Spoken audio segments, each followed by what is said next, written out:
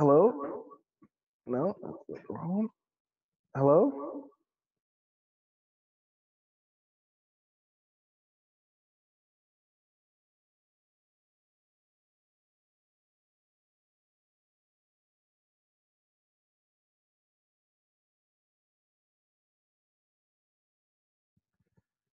Hello? All right, that's it. Now all I have to do. Anyway, welcome to the lounge, guys. Sorry for the audio issues. We got a little bit of echo here. All right, there we go. Every time I turn on the TV upstairs, it's just all right. Cool. So today we got Jason Blackman on. We're gonna run through a couple of videos first, and then we'll bring him on. He's joining us live from the Venetian in Las Vegas. So give me a couple of minutes, and we will talk about artificial intelligence and a little bit of the sharing economy, and I'll explain what I mean with that in just a second. Jason Blackman, for those of you that don't know, and he will be introducing himself, obviously, but he's one of the leading contributors of the flight control software that you guys probably all know. All right, so let me just move over here to a couple of things that were happening this week. So one of the really big things, the TBS racing or Black Sheep racing pilot, um, the Black Sheep racing pilots, together with Infineon, were flying wakeboarding drones or were pulling wakeboarders with their drones. I just want to quickly show an excerpt of that. Super awesome video. Obviously, On the river. Yeah, you wanted that. Quality. And the drone is insane. It's super huge. And it's pulling this guy up and down the river. And he says, like, the new thing, because normally they use zip lines to pull wakeboarders, but that's just a straight line. So with the drone, he could, go further upriver and get some locations that he could normally not have gone to. So there's also a crash in there. But apparently they planned for that eventuality, and everything was waterproof. So a couple of props, a couple of $200 props, and they were going to check it out on the Red Bull Facebook group or page. Drone wake skating in Slovenia. It's called on YouTube.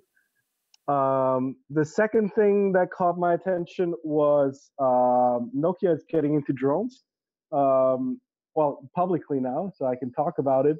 And they're using a crossfire system, so I'm super excited about that. If you guys want to check that out, they won a competition in Dubai called Drones for Good. And it's basically like a end-to-end network that they're building for their drones. So basically, operators hook into a private 4G network together with their drones, and they can run it that way. Sorry, I see that the chat isn't working. Let me just reload that real quick. Now it should be working. Sorry, chat is down. Chat is down.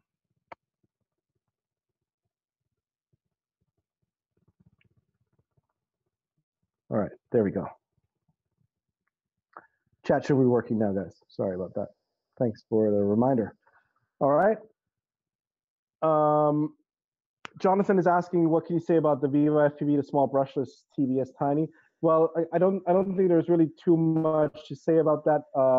It was just a product that we were working on with another company that wishes not to be named, and they didn't want it.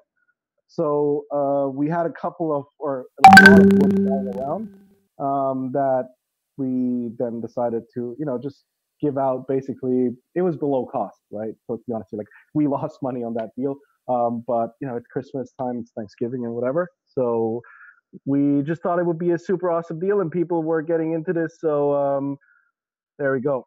Let me close that. All right.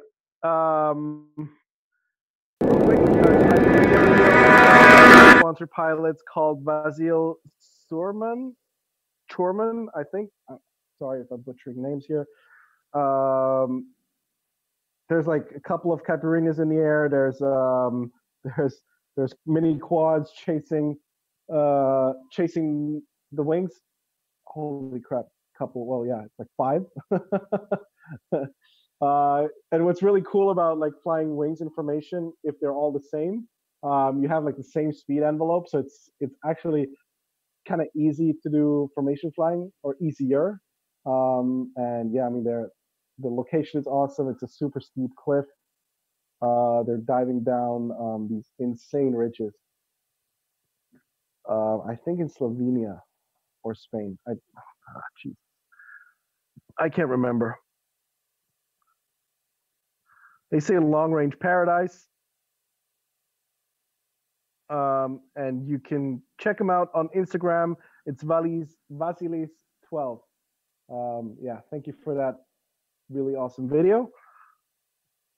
And last but not least,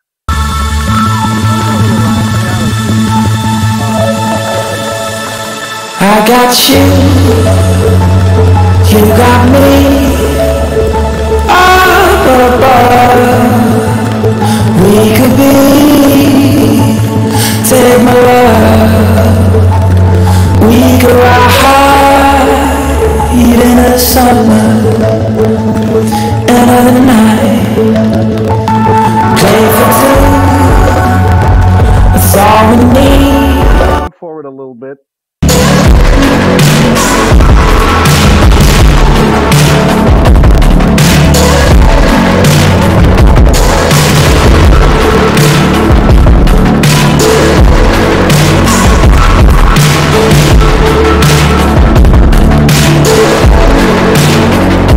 Ooh, okay. Sorry about that. That was the video playing in the background, probably blasting everybody's ear. Sorry about that. So anyway, as I was saying, so this is a pilot. Sorry, guys.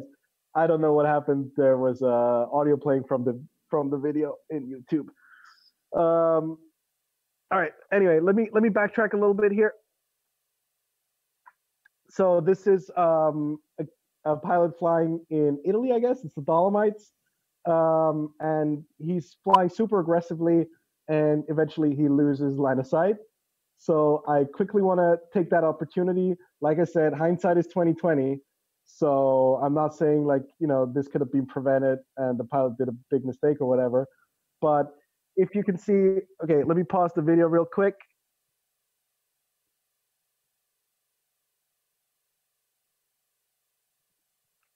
Gotta go back even further. All right. So yeah, you can. So the pilot is located down here. All right. And you can see he will lose video right now. Boom, because he's going behind the ridge. So what he's doing here is he's punching out, but because of the camera tilt, he's actually moving forward. All right. So forward, and because video like doesn't really come back fully, he's kind of panicking, and now he's dropping altitude, and now it's game over, right? So what you have to account for if you're flying mini quads long range is you got to pull back and push, or have angle mode on the switch and then full throttle to regain line of sight. Luckily for him, obviously, because we got the GoPro footage, he somehow miraculously managed to find that. I don't think he had GPS coordinates, but yeah, I have no idea how he found that. That's insane because it, like in an environment like this, you could probably like literally step on it and still not find it. But anyway, the video is up for everybody to see. It's Karma Check FPV. Check out his Instagram and his YouTube channel. Super awesome dude. Really cool video. And that's it for this week. And we will go over and have Mr. Blackman join us. Just a second. There we go. How's it going, Jason? You got to unmute yourself. I can't hear you. And that is exactly what happens when you're in IT. You just don't unmute yourself. How's that? How are you? Well, like I mentioned before, it's not a TBS lounge without audio issues, right? I think I just blasted some eardrums by playing something full volume. How are you, man? How's it going? I'm good. I'm actually here in sunny Vegas. It's not really that sunny. When I landed, they said, "Oh, you only get 4 inches of rain," and it's been pissing down with rain since I've been here. So how's that? And isn't it like super cold right now? It is middle of winter, so it's nice. Yeah. Yeah. Well, it's either too hot or too cold in Vegas. That's it. It's just an insane place. I come back every now and then because I'm here for the AWS reInvent. So we all have a day job, and AWS plays a big part of my day job. So I'm actually here for that. So yeah, good. That's a good segue. Please introduce yourself. I don't think you're a very public person, right? No, I'm not. I keep behind the scenes. So I started out in the drones, back in 2015. Played around a bit. I bought the F4 effectively to beta flight, and then we saw the explosion of the targets that happened after that. But I keep it a bit quiet. Yeah. Yeah. So you're helping out on in the beta flight project. Yep, have been for probably the last 2 or 3 years, and yeah, just keep quietly on the scenes. I do most of my efforts around sort of drivers and chip communication and things like that, rather than flight. I'm probably the world's worst flyer. I just do it for fun. I don't race. Stay out of trouble. Yeah. Well, that's why like we had a snake over at your place, right? And like figuring out the flying part of writing flight controller software. That's it. You always want someone who can actually fly, right? Not someone who's because this feels good to me. Yeah, exactly. Yeah, it's one of those problems I have too. It's like, yeah, that feels okay, and then a pro pilot will say, "No, man, like your tune sucks, and this is wrong."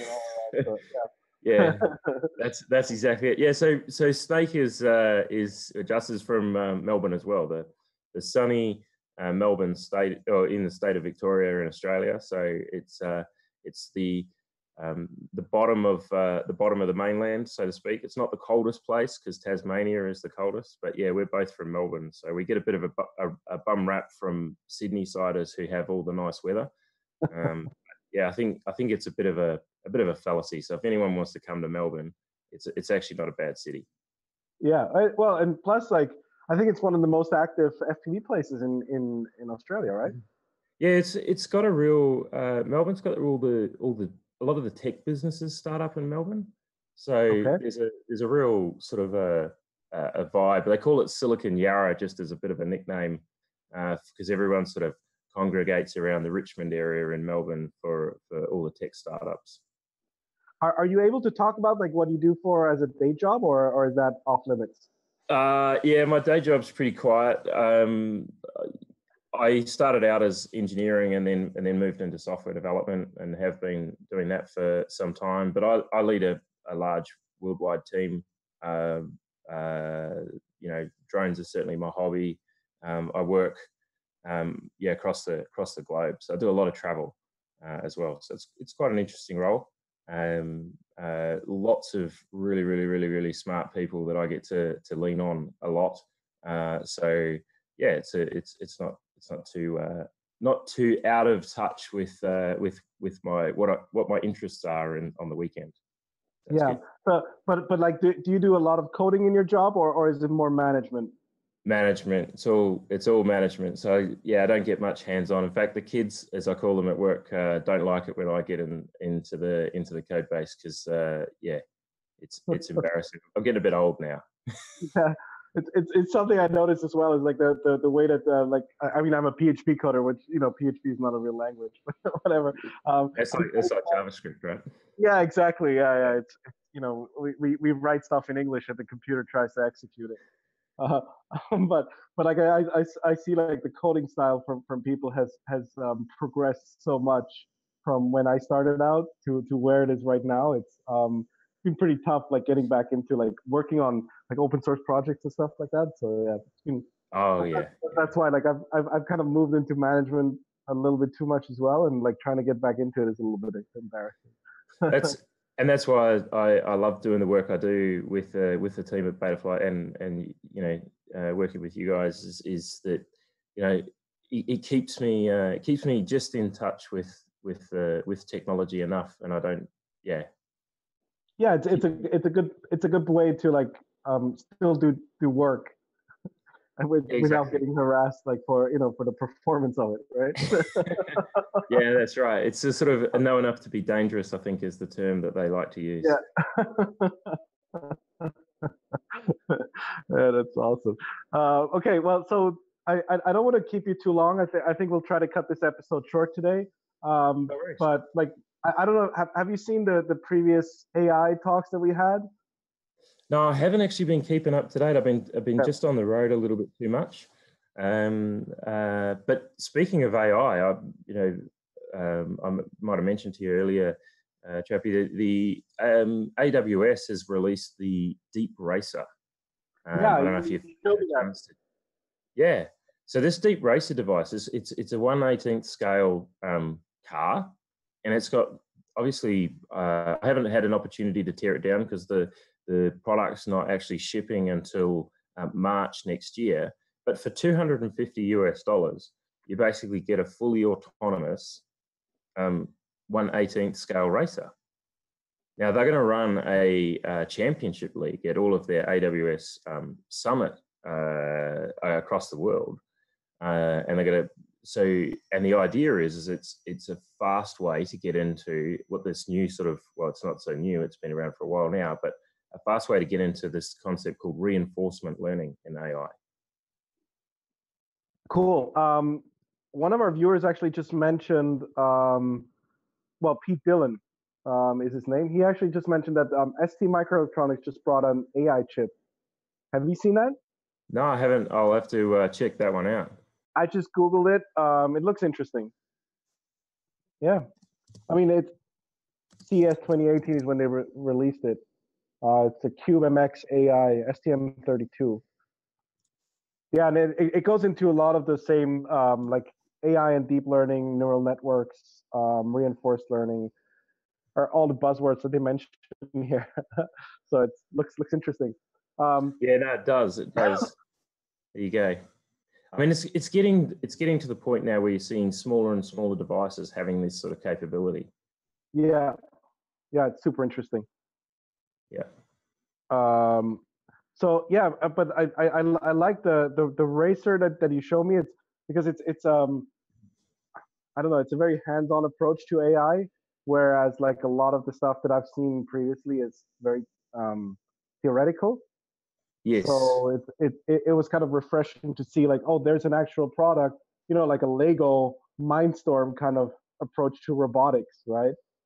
Well, the beauty of it, and I mean, without plugging AWS too much, the beauty of it is that this device is, I mean, it's $250, so pretty much it's accessible to most people, and it's highly integrated with the AWS product. So obviously they've done it so that they get people into it, but the product that they do for the back end, the SageMaker stuff, is just so simple to use. It's like anyone can get into it. Yeah, and I'm sure we'll have lots of applications for tinkering around. Like one of the things that really I mean, somebody just brought it up. AI racing, Double A just brought it up. AI racing with drones, right? I mean, that's a real thing. DRL is investing into this space. Yeah, well, there's nothing stopping this application. I mean, I know it's it's four wheels and it's on the ground at the moment, but dynamically it's the same thing. You could apply this to a drone. Now, if you actually look at the device, this Deep Racer, it's not that large, and it's fast. I've seen that they have here at the MGM Grand. They have a whole bunch of these set up. They've got a massive set of 5 racetracks. They're all exactly the same, and they have competitions. Now they're not on the same track, but they are on 5 separate tracks, and they're timing them, and the winner gets one given one of these devices given to them. But fundamentally, it's a racing league, so there's nothing stopping this being applied to drones. I mean, and the beauty is I think you could probably work it that it ties into the Velocity drone or something along those lines. And which already runs Betaflight. Yeah, well, you could simulate the racetracks and actually use that to develop the reinforcement learning models, and then away you go.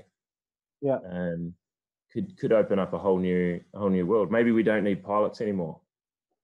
Well, that's what I've been saying all this time. You just need us, the hardware manufacturer. Right? Maybe what we can get to is a point where I can actually fly and win a race. Yeah.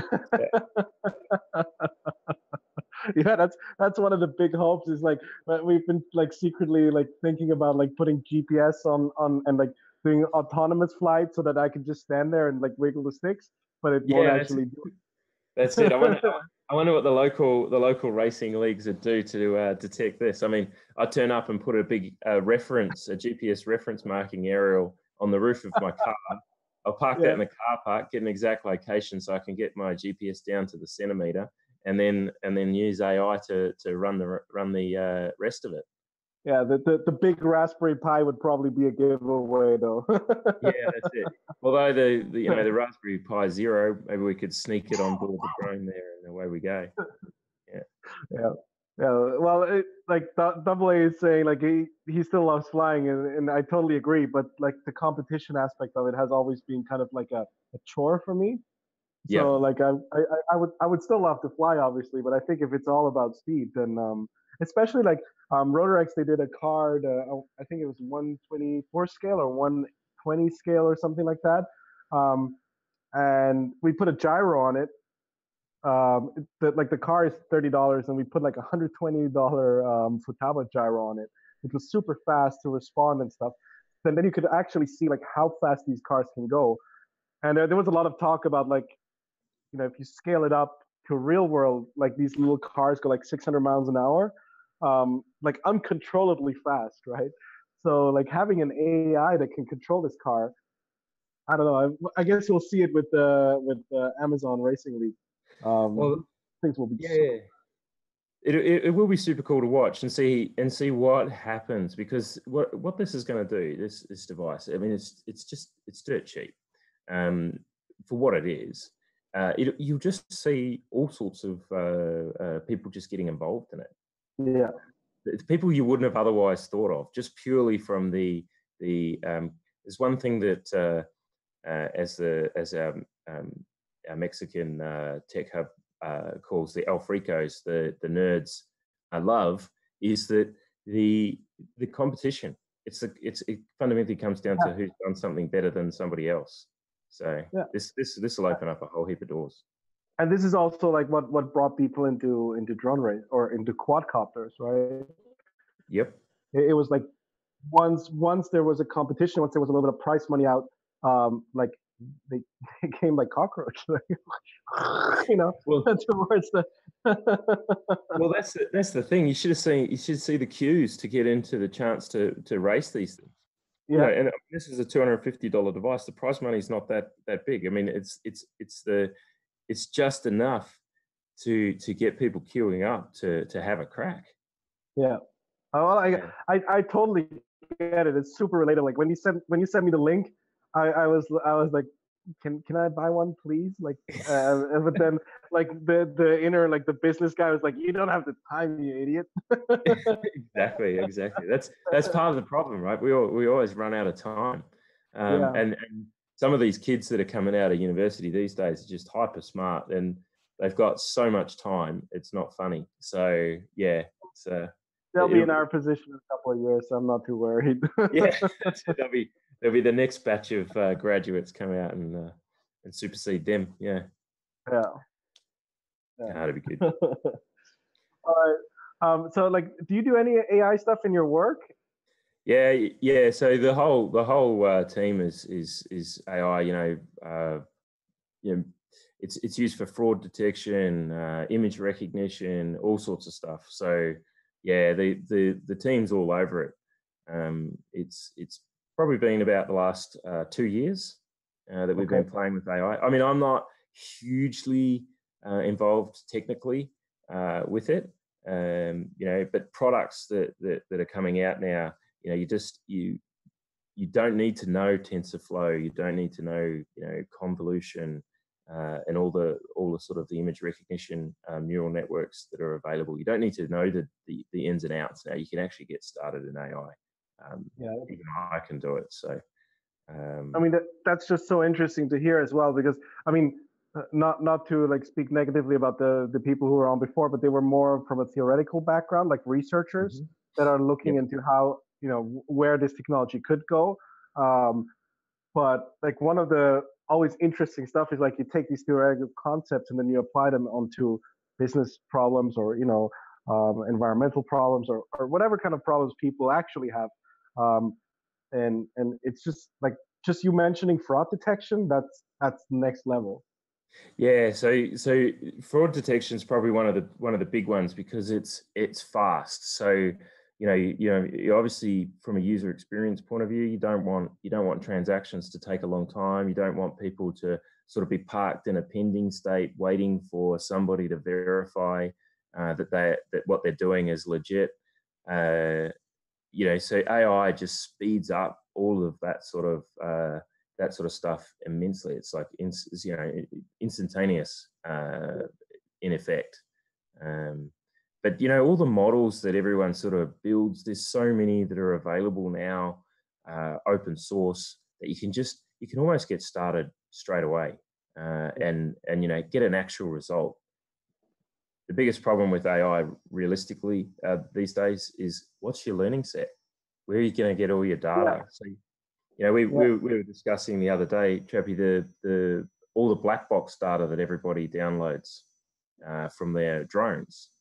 It'd be maybe somebody hopefully could host a large location that everyone could upload their black box, and then you could actually start to use that as a data lake of sorts to do some AI over it all, and perhaps that AI could come up with PIDs. Well, just as we talk about it, and Anders oh my God, Everett's, sorry, the resolution is super small. Everett, yeah. Just mentioning, can the AI be integrated in Betaflight so it can learn PID tuning itself? There's absolutely nothing to stop it. You could apply the PID loop into say Velocidrone, because all the physics are relatively the same. You could then run an immense hundreds of thousands of simulations potentially and come up with a possible tune. Give that a go. Then use AI over thousands and thousands of black box logs to verify assumptions around physics and things like that. It'd be an interesting exercise, but the biggest problem is collecting an immense amount of data in order to sort of seed the model. Does it need to be contextualized data? Like, does it need to be annotated with this is good and this is bad, or would the computer be able to figure that out by himself? You would. That's actually one of the biggest problems with say visual recognition is labeling of objects and things like that. So you do have to make it contextual. But what you can do is you can kind of run AI over AI in some respects by using AI to label things and then using AI to do a different model to do another outcome. Yeah, sorry. No, you go ahead. Go ahead.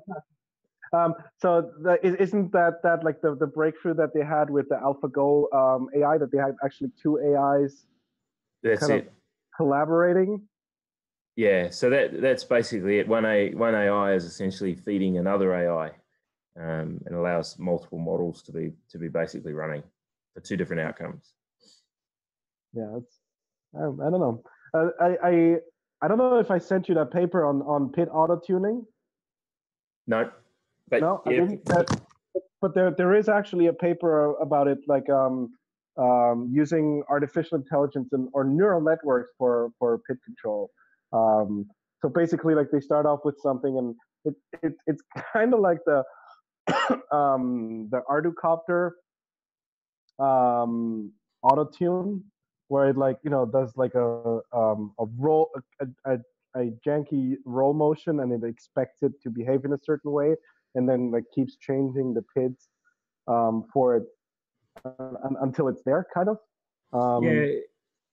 yeah, absolutely. I mean, the reinforcement learning could, I think, I haven't looked at actually replace controlling it could be the controller itself. You could indeed make it, you basically got a series of inputs and you've got an output, a desired output that you're after. You could use the AI to detect and actually replace the control system completely. It could be the control system. So theoretically, you could have like you could take hours and hours of black box data and then create an AI that, like, let's say you have hours and hours of black box data that is perfectly tuned, and then you create an AI that then it does the same thing. Yeah, it literally takes, okay, these are all the stick inputs. Here's the gyro data. And if you've got enough information, the reinforcement learning type machine learning will basically fly the craft based on all of that data. If you've got enough, if it's seen every possible scenario, you would pretty much, it could fly itself. And then he'll have like these really weird reactions, probably because it's a data set that hasn't been evaluated yet. That's it. So the problem would be is a drone flies in front of it or something, and it's never seen that particular scenario before. You would have to have some sort of fallback mechanism to say, okay, well, what do I do in this situation? And that's the reinforcement. So if it makes a decision and then you give it a negative reinforcement value, so it sort of gets punished for making that decision.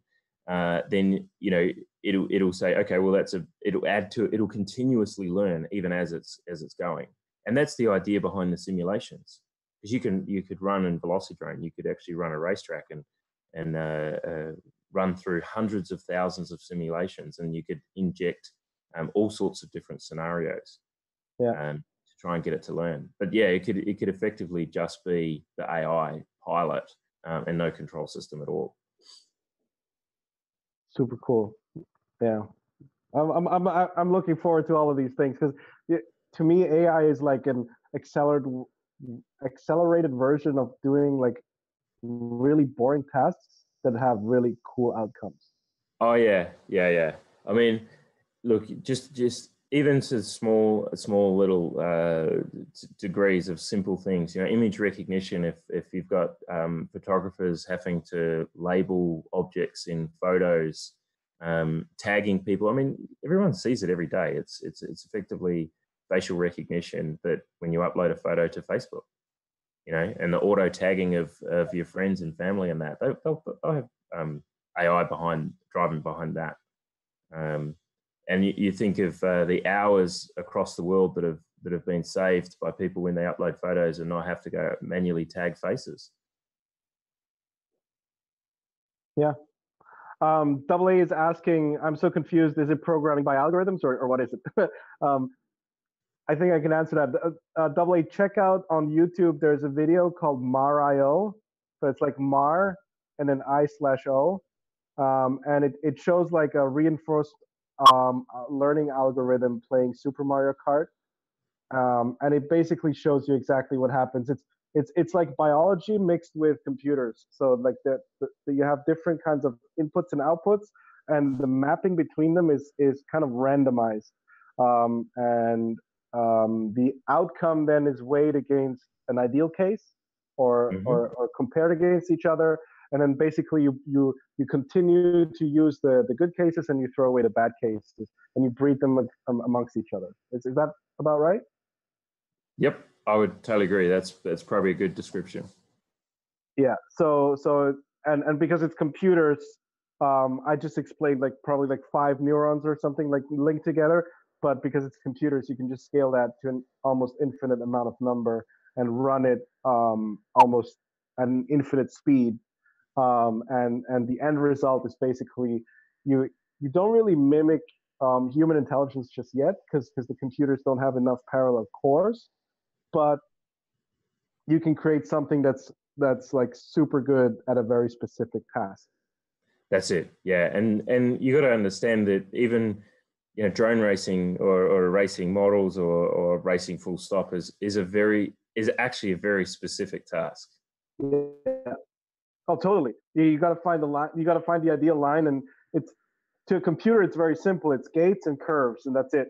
That's it. It's all. I know, no disrespect to all the pilots out there, but and it's because I can't fly, and it's and it's bloody hard. But I tell you what, autonomous drones, if they come about, they will be quick. It'll be microsecond adjustments, and I mean that's reinforcement learning. It's basically the stick and carrot approach. Good outcome, here's a carrot. Bad outcome, here's the stick, and it's just doing that 1,000 times. And it's quite funny to watch the models when it first fires up. It sort of goes for. You might see it go for 2 or 3 seconds, and then bang, it's done something stupid, and then obviously negative outcome. So it retries and so on and so forth, and it just does this hundreds of thousands of times until it learns. I'm just gonna leave the Mario thing running in the background. I think it's gonna be super funny for people to see how stupid the algorithms are at first. Have you seen this?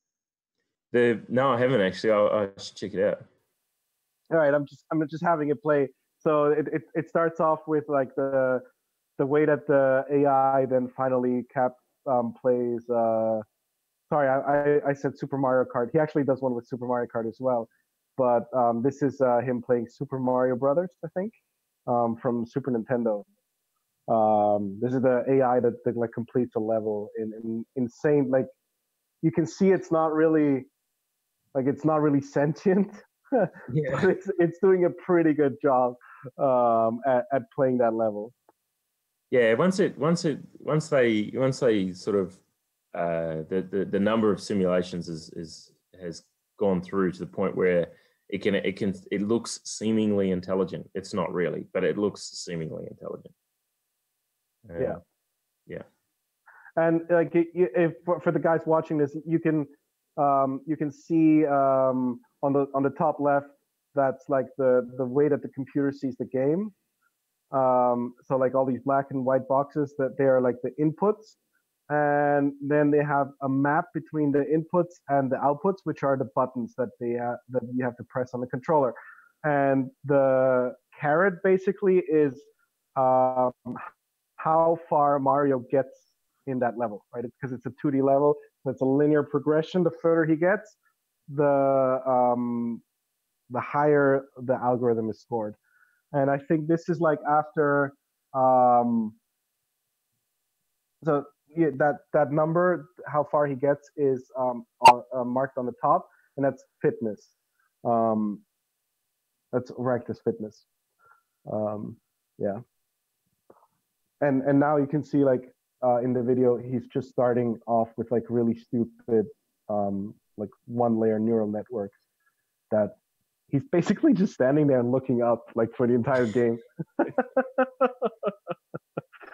Yeah. I think Google did a similar one with the Running Man. They did a one to learn how to walk, and it was reinforcement learning. And you can Google that one as well. And it's to watch it when it starts out is quite funny, but it eventually gets there. But it runs in a very funny way. But the simulator deems that that's the most efficient way to move. So yeah. I mean, that's how biology did it, right? Yeah, exactly. Like we would probably look really weird to like the whatever beings were here like a couple million years ago. Well, I think even your pet dog probably thinks, why are they not walking on 4 legs? Yeah, exactly. So much faster to go on 4. Yeah. Yeah, and of course we're looking at him going, why can't you open your Tinder dog feed? Yeah. Oh man. Yeah, but it's I don't know, it's super interesting to hear your like the actual applications of this. I wasn't actually aware that it was being used in fraud detection, but why the hell not? All I've heard is in stock trading, but obviously when that you know humans are always wired like straight for the cash, right? So, oh, they're Immediately. new technology. Immediately. Let's use it to trade stocks. Like that's pretty much what's happened. Like, oh, calculators. Yeah, let's use it to like calculate stocks faster. Oh, Excel. Yeah. Let's use it for stocks. It'll be when the scam artists and things like that get hold of AI and you start getting those cold calls from scam artists or emails from phishing emails and things like that. That's when AI has really made its a mark on the world when the criminal element take hold of it. Well, I've already seen like they learn like the way that somebody talks, and basically the input is what you want to say, and the output is what you are saying as another person. So like you have like you know I could talk like the U.S. president or whatever, and like there's people fooling their moms online, so like it's pretty crazy. Well, that's the one of the big things is if you lose your phone or whatever, what's the golden rule is you don't put your loved ones in as mum or dad or whatever because or husband, wife, what those sorts of names because the first thing they'd do is go to if they found your wallet, go to the husband and send them a text saying, "Oh, I've forgotten my PIN number. Can you tell me what it is?" Yeah. And the first thing someone does is send. Think, "Oh, okay, it's 1, 2, 3, 4," and give it away basically. So, AI, if people can actually make a phone call and sound exactly like the individual at the other end, I mean, we're in a world of hurt. Well, and then you I don't know if you've seen the Google AI assistant thing. Have you Yep. seen that? Yeah, but I want to book a haircut. Yeah, exactly. And she like puts the ahs and like makes herself sound way more stupid than it actually is. Yeah. So yeah, and in that case, like I mean, you just like you record us talking here, or you take the voice samples from us talking here, and you feed that into like an AI engine, and it just generates a text for you, and it calls. It can do like billions of calls per hour, and somebody will fall for it, right? Oh, totally. I mean, that's the sort of the art of those scams is to do it a million times. If one person falls for it, they've succeeded. So it's unfortunate, but that will be interesting. So yeah, once all your Bitcoin wallets, that's for sure. Yeah, totally. Once the criminal element get hold of AI, then the world should watch out, I think. Yeah. Okay, I want to use the last 10 minutes where we're almost up on time, and I think you have to leave as well. That's it. Yep. I want to use the last 10 minutes to kind of talk about the topic that we're going to be discussing in the lounge a little bit more in the coming weeks, which is the sharing economy. I don't know. Are you familiar with the term? Yeah. So we have a bit of a sharing economy, a bit like drive my car type sort of scenario where I've got an asset that's sitting in my garage. I think the average car is a good example. Car utilization in Australia is about 4%. So 4% of its life it's actually running. So it's sitting there. It's a wasted asset. Why don't I let other people drive it while I'm not driving it? Yeah, and it's not just that. Like I read the Wikipedia article, or I skimmed through it. I gotta say honestly, but it kind of says don't use the term sharing economy because it's way too broad. It's also like where it's also an economy where the consumer is the producer. So like Betaflight, open source is a very big aspect of the sharing economy. Like peer-to-peer exchange of goods or services. Again, open source is one of the big contenders there. Like the car, Uber, like those kind of services. And yeah, I do agree. Like cars are one of the most underutilized resources that we have. Yes, there's a lot of dollars locked up in a whole bunch of assets that are just sitting there. But like you say, open source. There's also peer-to-peer lending is a new thing. So I've got a bunch of cash. I'll tip it in for those who need a mortgage. Basically bypassing large corps and things like that. Yeah, I read or I saw a really interesting talk. Can't remember what his name was. It's on Vice. It's called the Third Industrial Revolution, I think, or the Fourth, wherever we're at. And basically, he postulates that every time we have a rapid increase in computing power and in communication prowess and in means of generating energy, we kind of go into this new era, right? So like with AI, that's the computing power, right? Now we have like right now I would say that the computing power isn't the big limiting factor. It's actually like the idiots that are in front of the screens that can't control it fast enough, right? Yeah, that's it. So once we have actually computers controlling computers, that's the new computing power. The second thing was the communication part of it, which is IoT, connected devices, and all of that stuff. And then the third thing was harnessing electricity or energy, which is like the renewable energies, decentralized power grids, and all of that stuff. So he postulates that we're right now at the brink of like this third or fourth or whatever industrial revolution because the marginal cost of certain products and services that currently used to be very expensive are going to be reduced to zero. So like programming services, computers will be writing programs. Energy consumption, you will install a solar panel and then energy is free, right? And then you can drive your car for free. And then driving the car because it's controlled by an AI, it will be done for free. And because all the cars can talk to each other, we can now really efficiently have cars on the road that are utilized way more than the 4% that you mentioned. And like one of the scary things that he said is like they measured the efficiency of our current civilization at like between 14 and 20%. So like very efficient countries convert like 20% of the resources into the actual goal that they, 100% of the resources into 20% of the desired output. And that sharing economy is what is going to get us to the next level. So that is like what I understand as the sharing economy. Yeah, totally. It's gonna drive that efficiency up significantly.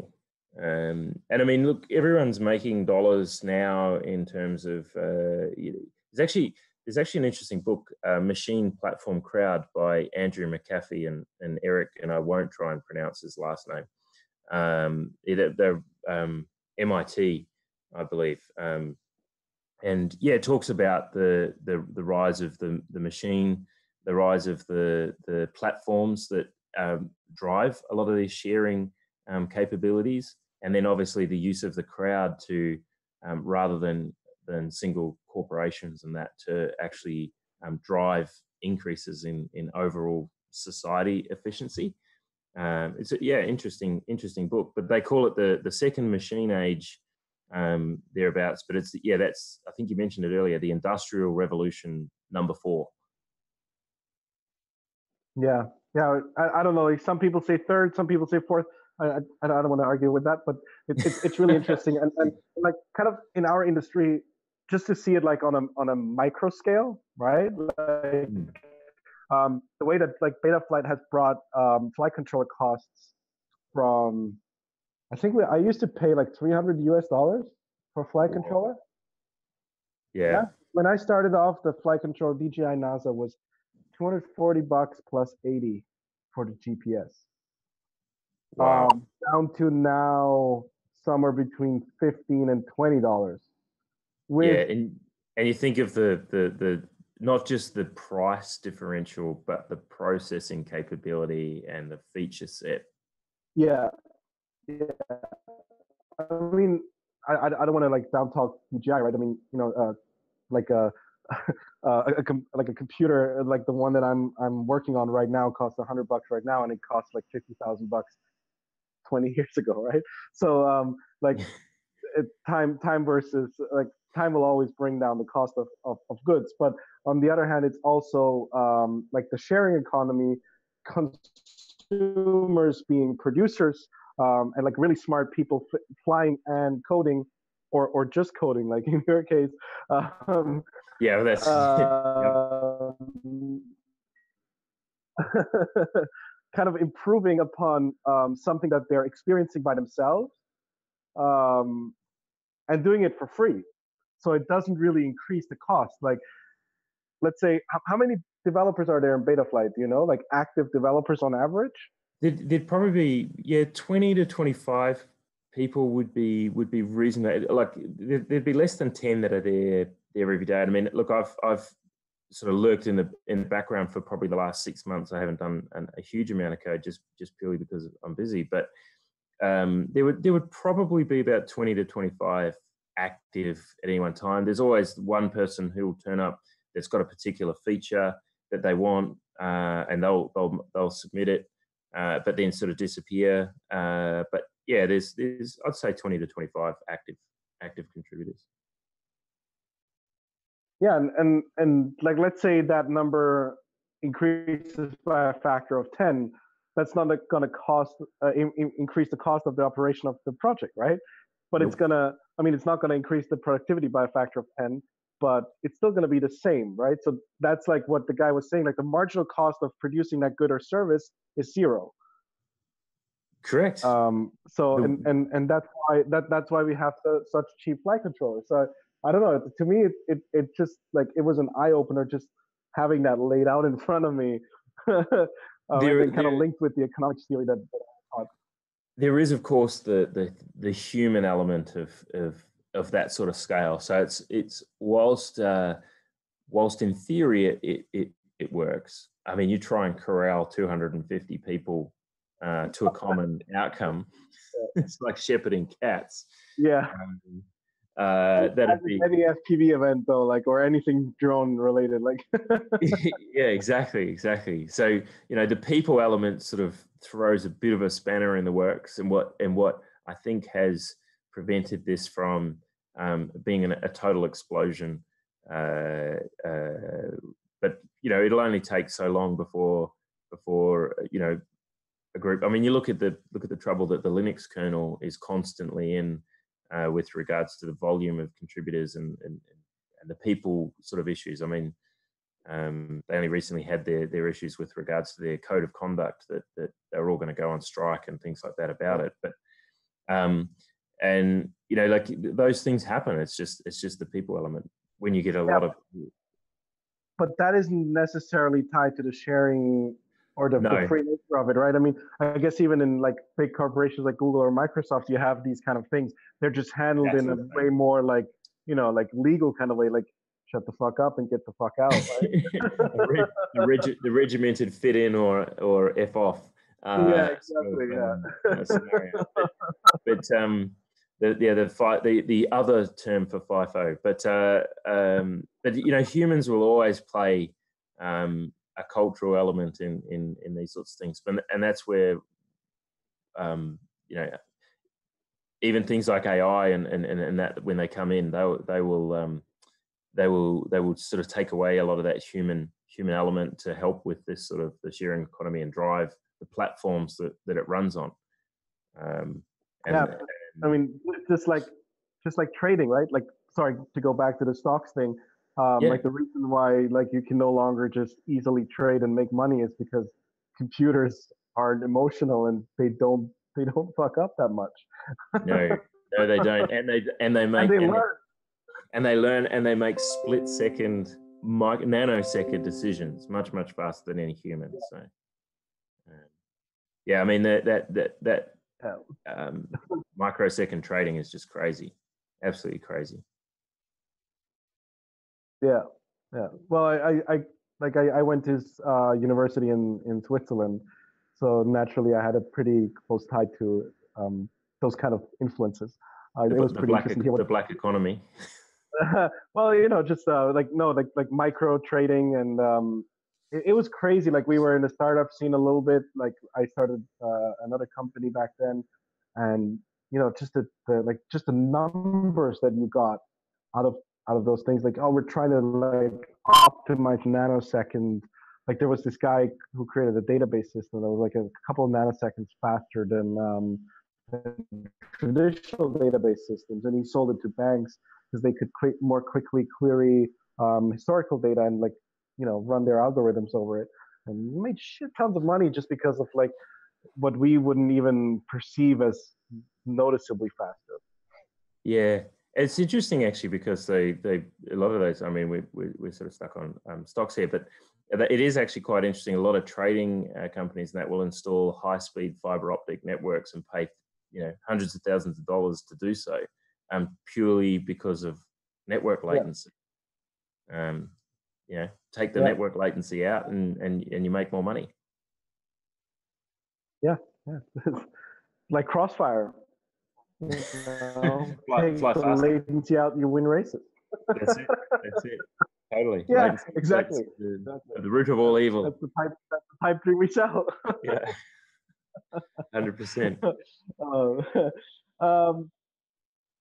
Like a last, and I'm sorry, it's a loaded question, but it's like something I mean, you kind of already answered it, but like one of the things that a lot of critics of the sharing economy say, like, well, why the hell do people do it? And it's not a very sustainable model.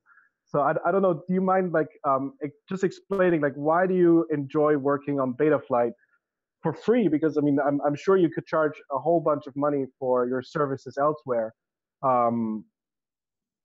Yeah. It's an interesting thing. Why do I give up? Because what is my most valuable asset? It's not my car, it's not my house, it's literally my time.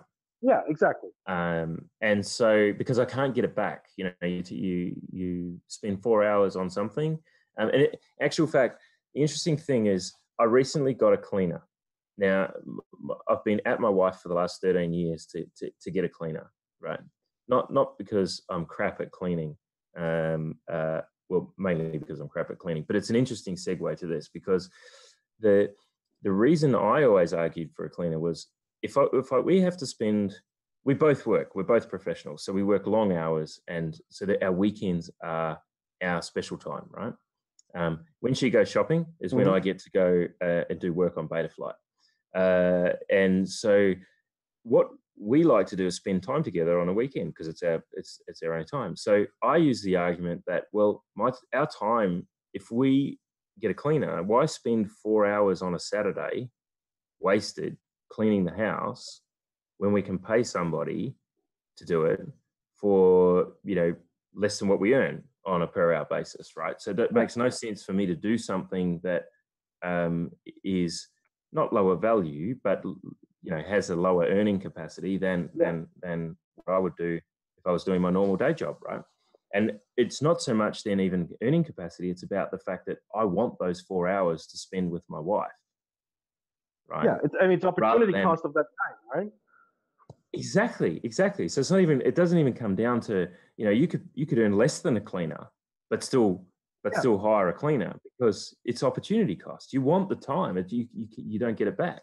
So it's interesting you ask about, okay, so why do people give up their time when it's their most valuable asset to do stuff for free? And it's purely the only thing that I really get out of it, right? Because I don't even race, I don't fly. There's no. I mean, I fly for fun and enjoyment, but I don't race. So I'm not winning prize money. I'm not doing anything like that. So and you're not a particularly public person, so it's probably not about ego either. Right? No, absolutely. So I keep reasonably quiet. In fact, I think this is probably my first ever public appearance in the community. So thank you very much. yeah. This is the inaugural. So it's not even about the kudos or anything like that. It's for me, it's purely about, I actually, from an engineering point of view, I like control systems. I like the embedded environment. I just like keeping active and learning. So for me, and look, I'll be honest, I've learned a lot from a lot of really, really smart people participating in the Betaflight project. No doubt about it. Like there's far better programmers than I. And like I say, I'm in my mid-40s, not trying to give away too much, but so I've been out of the programming for business space for probably a good 20 years now. But I like to keep active with technology. Drones is one thing. This deep racer thing is something that as soon as it's available publicly, I'll buy one just because I like to tinker. And I think that basically it comes down to there's got to be something in it for the person making the contribution. Totally, yeah. And that's something for me is one, the sense of community, two, the fact that I actually learn. Like I enjoy learning new things. I like languages, both programmatic and linguistic. So it's all about learning and keeping active. I think I've got this mental thing that by doing so, it'll stave off Alzheimer's or something like that. But so there's I get something back out of it. It's just not. It's not monetary. It's not.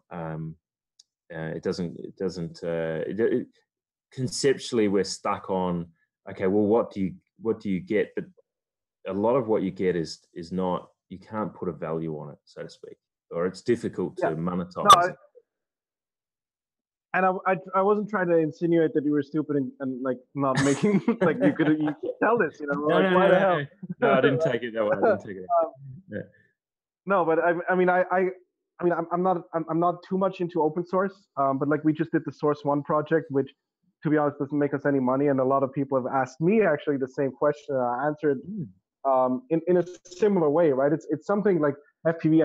I care about FPV like beyond the business scope, and I think this is just something that the industry desperately needs for various reasons that I don't want to get into. And this is why I do it, and the reward for me is just being able to collaborate with fucking awesome, smart people that design frames and like bring us new ideas to actually make non-open source products.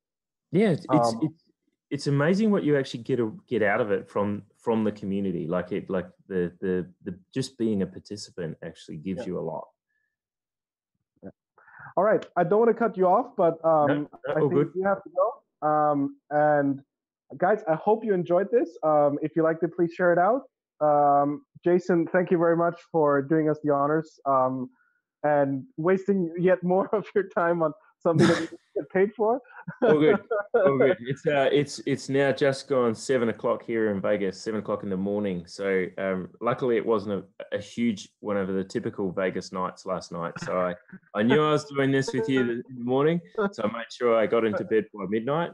Otherwise it could have been quite a different conversation.